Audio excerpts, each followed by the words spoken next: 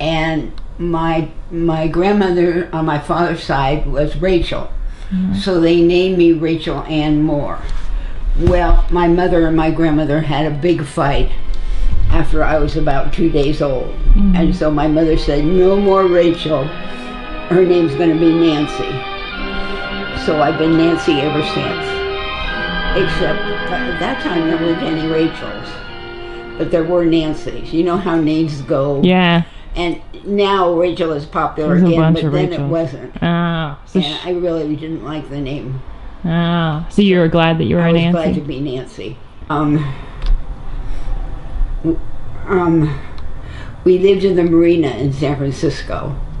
But after my father died, he had a really, really good friend who bought the house on Lenox Way and charged my mother $1 a month. Wow. And then across the street was the park. Wow. We spent a lot of time over there.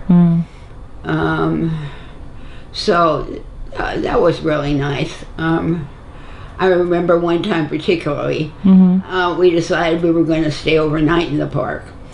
My mother used to ring a bell at dinner, and she rang the bell. We told her we were going to stay overnight. She said, no.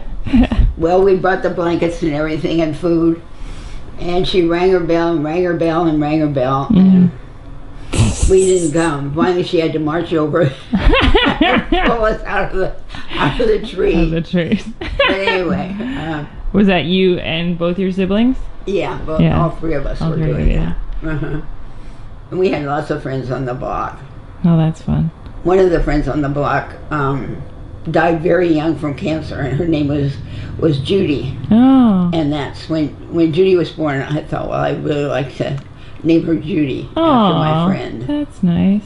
Right. Wow. And we went to St. Brendan's for grammar school. Okay. And my mother drove us up, and she would come and get us at lunch and bring us back. Wow. And then Would she make you lunch at home? make us lunch at home, hot lunch. What did you like to do in school?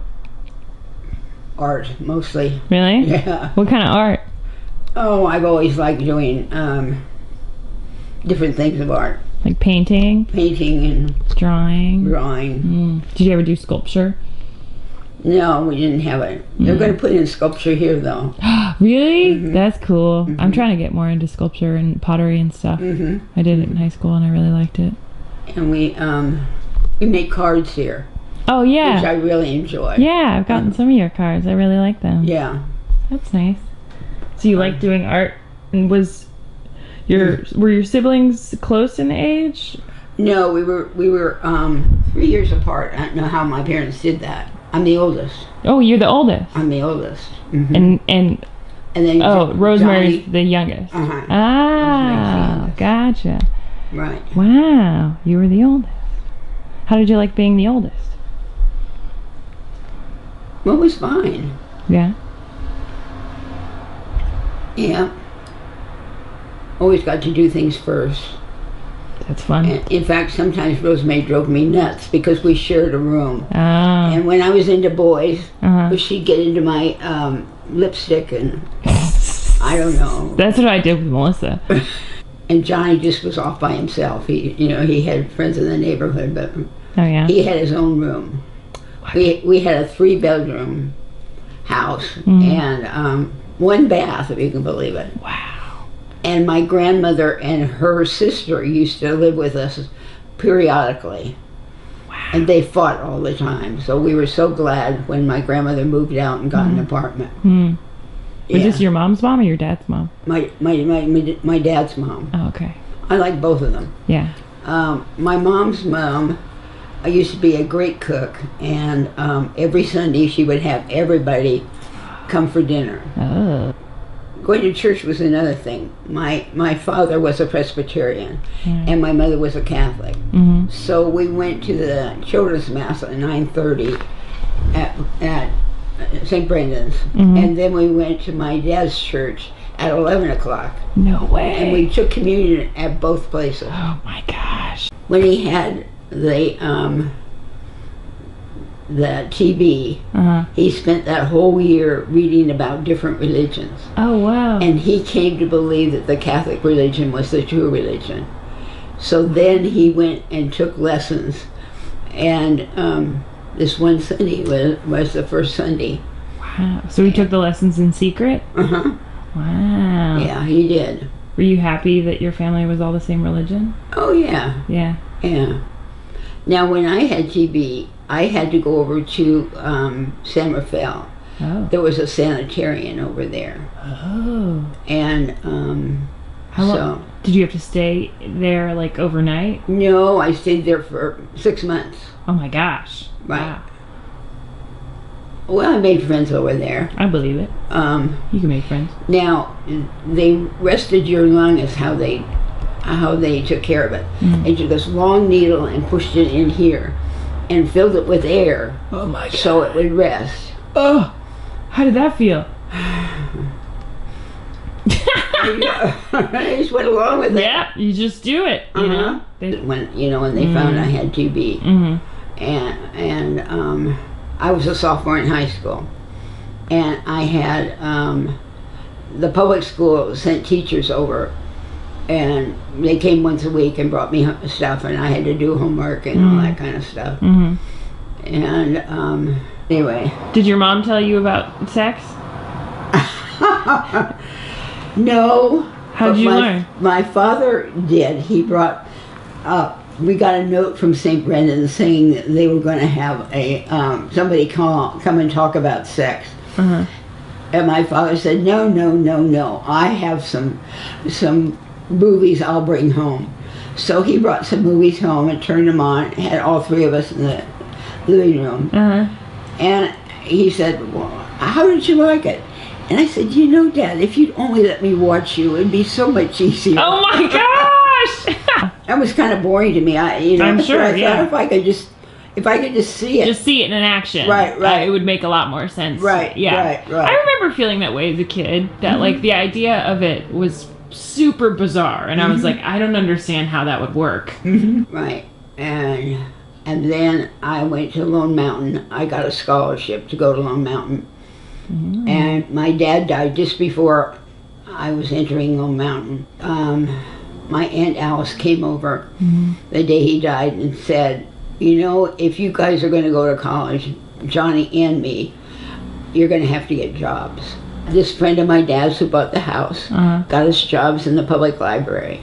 Oh. So I was a library assistant and Johnny was a page. And I got up at 6 in the morning and had my breakfast, got on the bus, went to school, did my classes, then got on the bus and went to whatever library I was in. Wow. And I worked first at the library in the marina, and then I worked at a library over near my home. And but it was a really good job. And I met a lot of young men that way. Oh, really? Right. Oh. I know when we were dating, we were downstairs. We took some of the old furniture and we finished it. Oh. And my mother was sure we was having sex. But we weren't. No. You were... A lot of kissing, a lot of holding hands. Okay. You gotta do something. Right. Do you think that your mom had sex before she got married? No. No. In those days, You didn't at all. Before I got married, she had made an appointment with my doctor to see if my hymen was broken. Oh my gosh. What? And She so, didn't believe you that much that she wanted No, she just thought somebody getting married, you ought to check. Oh, okay. And so the doctor came out and she said, well, I can assure you she's never had sex. I've never seen a hymen that was so thick.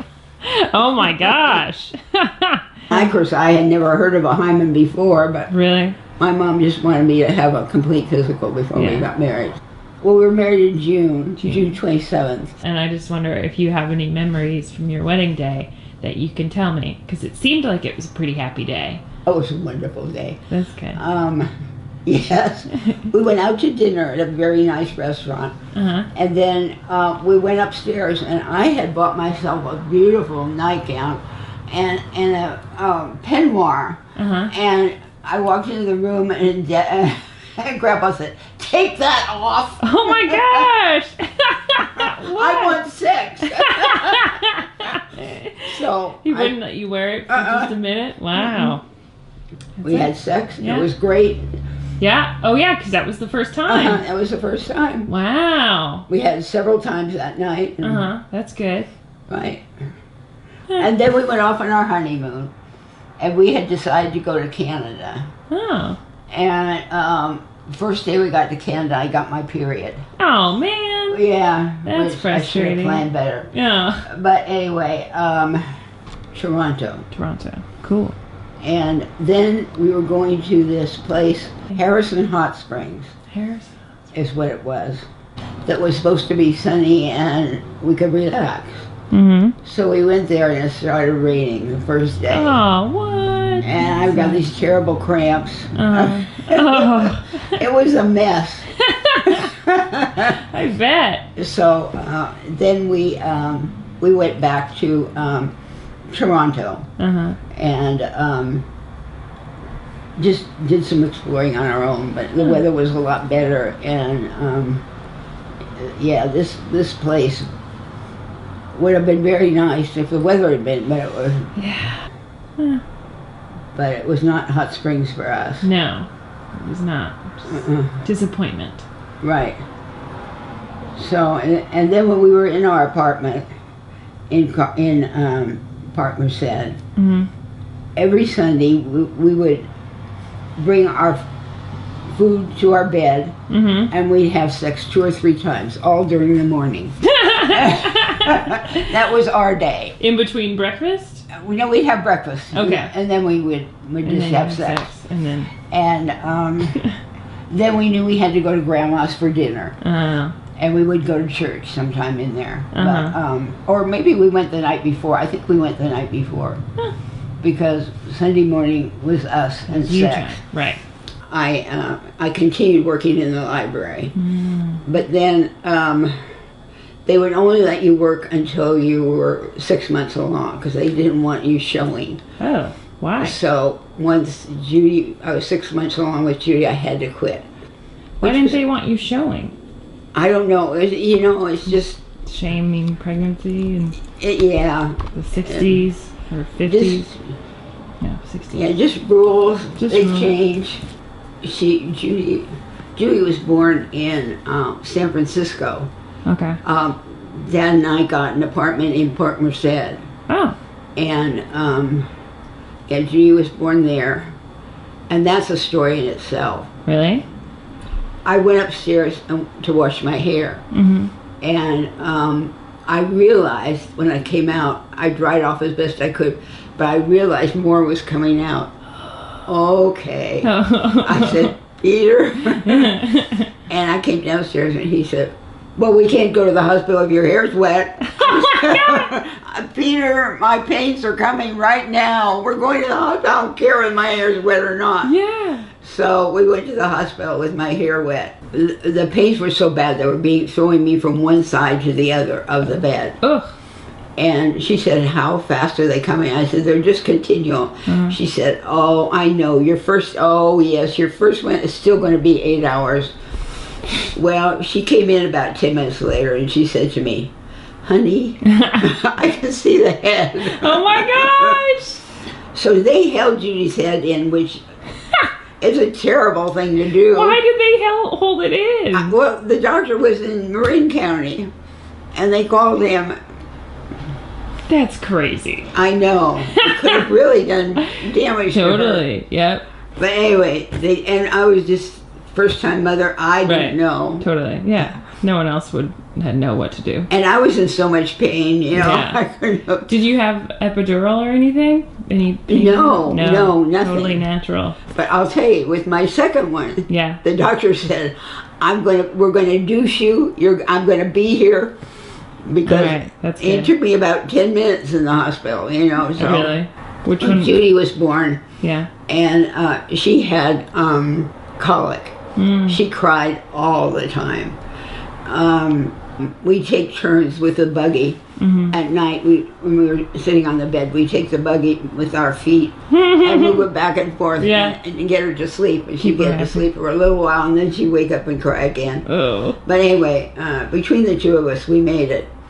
In the paper, we read some man had taken and thrown his baby against the wall because she had colic. Oh my gosh. Peter and I said, well, we never do that, but we can understand wanting to do that. Yeah. And Wendy came. Did you decide to get pregnant, or did it just happen? Yeah. No, we just love sex, and we... Who doesn't? Were you using contraception, or no? No. No. And is that because you're a Catholic, or because you were married? No, because we were Catholic. Catholic. Gotcha. Well, after Mark came, the doctor came in the day he was born and said to me, Nancy, I'm not going to be your doctor if you have any more children, because you're not going to make it. Oh, yeah. And he said, I'm going to write you a prescription for the pill. Okay. So I took the pill. That's good. And then Mark was about 2 months old, and I began having pains in my chest. I couldn't breathe. So I called my internist, and he said, come in. So I went in, and he took a bunch of tests, and then he came roaring into the office, and he said, Nancy, I have changed my whole routine today, moved everybody around, and I can't see a thing wrong for you. I said, but I can't breathe. Yeah. He said, well, I have one more test. So he gave me another test, and then he tiptoed in and he said, Nancy, I want you to go across the street to the hospital.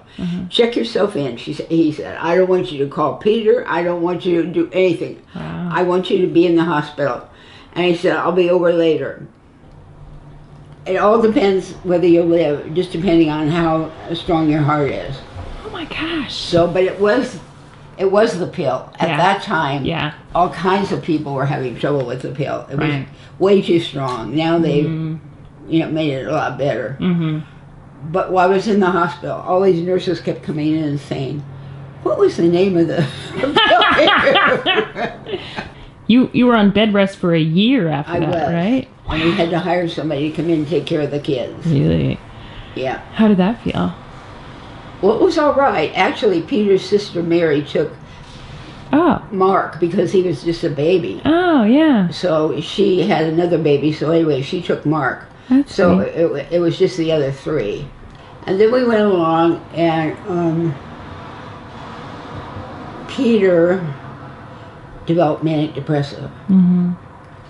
He was drinking a lot, and he just did crazy things. He went out one morning. He said, I said, well, where are you going? He said, well, I'm going to the stock market. Well, we didn't have any stock. We didn't have $2 to put together. Yeah. So he came home with $100,000. I forget what you call it, but it means that he didn't put any money down, but you had to bring it the next day. Whoa. So he went into the hospital, leaving me with $100 or $100,000 I was supposed to come up with. Whoa. But the Lord was with us, and the stock went way up. So I was okay. Okay. Home and put all the papers on the fireplace, and that he wasn't really rational. I mean, he was drinking a lot. Right. And he thought he couldn't find the stock. So he called the police and told them that somebody had stolen his stock. Oh, wow. I went to answer the door. He said, no, I'll get it. Oh my gosh. Yeah. But I yelled over him, no, we found it. So anyway, we had been seeing the doctor, a psychiatrist. So anyway, I called him, and he said, bring him to the hospital. Well, I didn't know whether he'd go with me or not. Right. So, but he was really pretty good. I told him we were going to the hospital, and he was pretty good. Although I took Judy, we had a car that didn't have, it was just a whole seat. Oh, So I put Judy on one side, Peter in the middle, and me driving. But he didn't try to get out, and we got to the hospital, and he walked up to the 6th floor, and went in, and he was there for maybe 2 weeks. And then when he came home, he went into a terrible depression, to the point that all he would do is just sit outside and watch the fish in our fish tank. And he tried a couple of times to get jobs because he had a really good record and people knew him. And they would hire him, and they'd give him a couple of days, and then they'd let him go. Really? Because he just couldn't do it.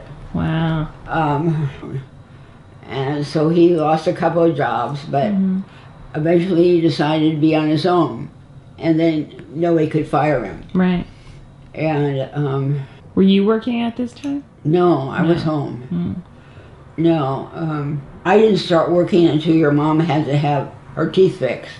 Oh. And when she had to have her teeth fixed, I decided I better go back to work That's and nice. help him out and help Pete out. Yeah. Well, anyway, another thing with the manic depressive, he fell in love with every one of his secretaries. How many secretaries did he have? Well, he had a secretary down in San Jose. Okay. We had moved down to Santa Clara then, Oh. so he worked for a firm down there. Okay. And he fell in love with that secretary, and he would come home at night and tell me, "Oh, she's so beautiful. I just love her. I love you, but I love her too." How did that make you feel? Well, you know, I knew the secretaries, Yeah. and one of them I knew was practically engaged. Okay. You know, it really didn't bother me that much. It probably should have, but it didn't. Because you just felt like, well, nothing's going to happen with them anyways. No, so. no. And Oh. the secretaries didn't do anything. I mean, he didn't ask them out or anything like Oh, okay. that. Right. So, anyway, it happened there, and then he moved up here and he fell in love with the secretary up here, and then he went into his own business, and the secretary there, oh wow, she slept with anything. Oh! And I went into the office one day, and she had her buttons all the way down here. And I said to her, "Joan, this is a respectable office. Yeah. Button yourself up." So she went to Dad and said, "Who's running this company, you or your wife?" And Peter said, "I am." So he came home and told me that night, and I thought, "Okay, I'll fix you." Oh. At that time, I was working for another company, and I was making just about as much as he was paying her. Wow. Yeah. So I quit my job and came home and said, "I'm your new secretary." Oh, wow. And he said, "What?" Yeah. I said, "Well, we're going to have to take the boys out of Jesuit, Uh-huh. and I'm going to tell them it's because, you fell in love with your secretary, Oh! and Yeah. or I'm going to be your secretary." Okay. So Yeah. anyway, I went in and was his secretary. So he just accepted that? Yeah, he was not very happy about it. Right. But he got used to me being there. Okay. He really didn't recognize when he was getting manic and when he wasn't, but he did all kinds of crazy things. And a couple of times I had Judy take a note up to one of my neighbors to say, "Call the doctor because I'm Really? bringing in Peter to the hospital." It was he went into the hospital 3 times, Okay. and 3 years in a row, always around his birthday. April Why? 20, I don't know. Ah, interesting. And then when he came out, he'd be really down. And that Joan is the one that was his secretary that had all the buttons down. Yeah. I called her one night and I said, "If I ever see you and Peter, I will kill you. I have a gun right here, and I will kill you." Wow. Did you have a gun right there? No. But she didn't know that. Right. I mean, you can just say that. Yeah. So she was really scared. I bet. Did you? Joan was out of our life, and every once in a while we would see her at a restaurant, always with another man, Yeah.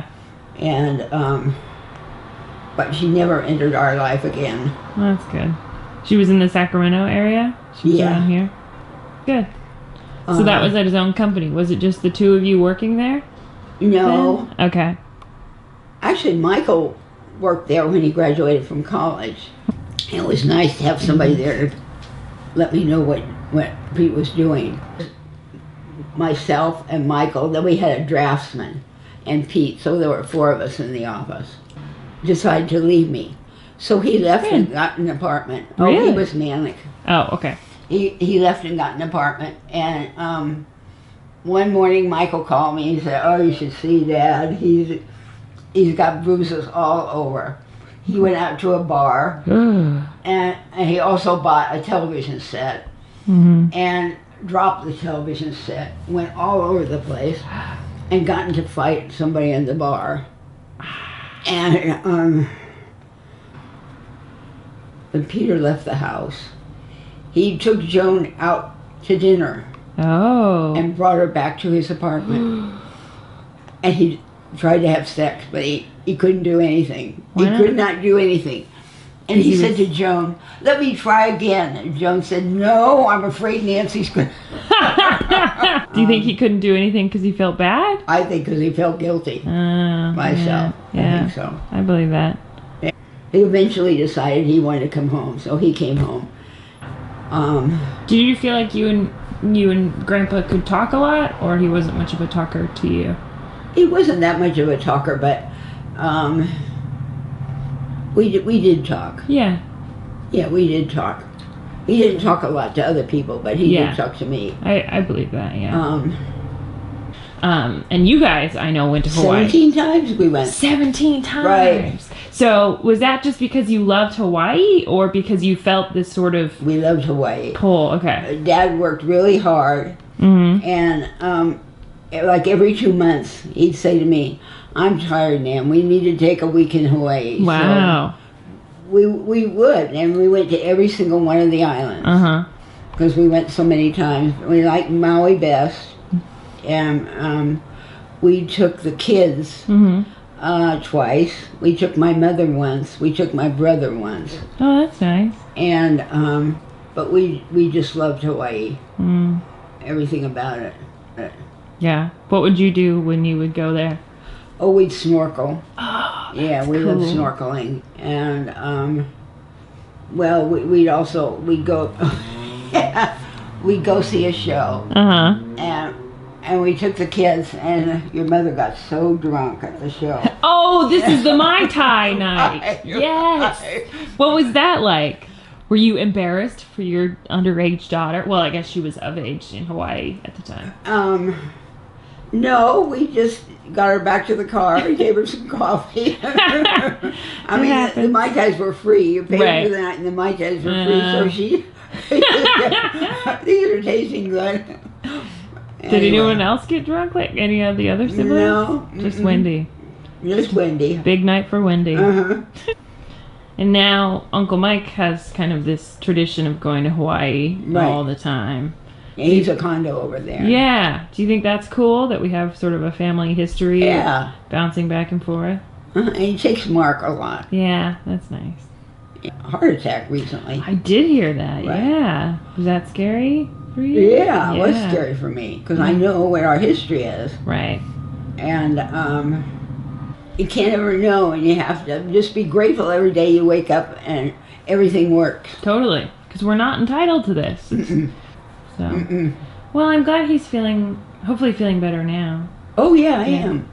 That's good. Yeah, when I went to the hospital, they said I had 3 ulcers.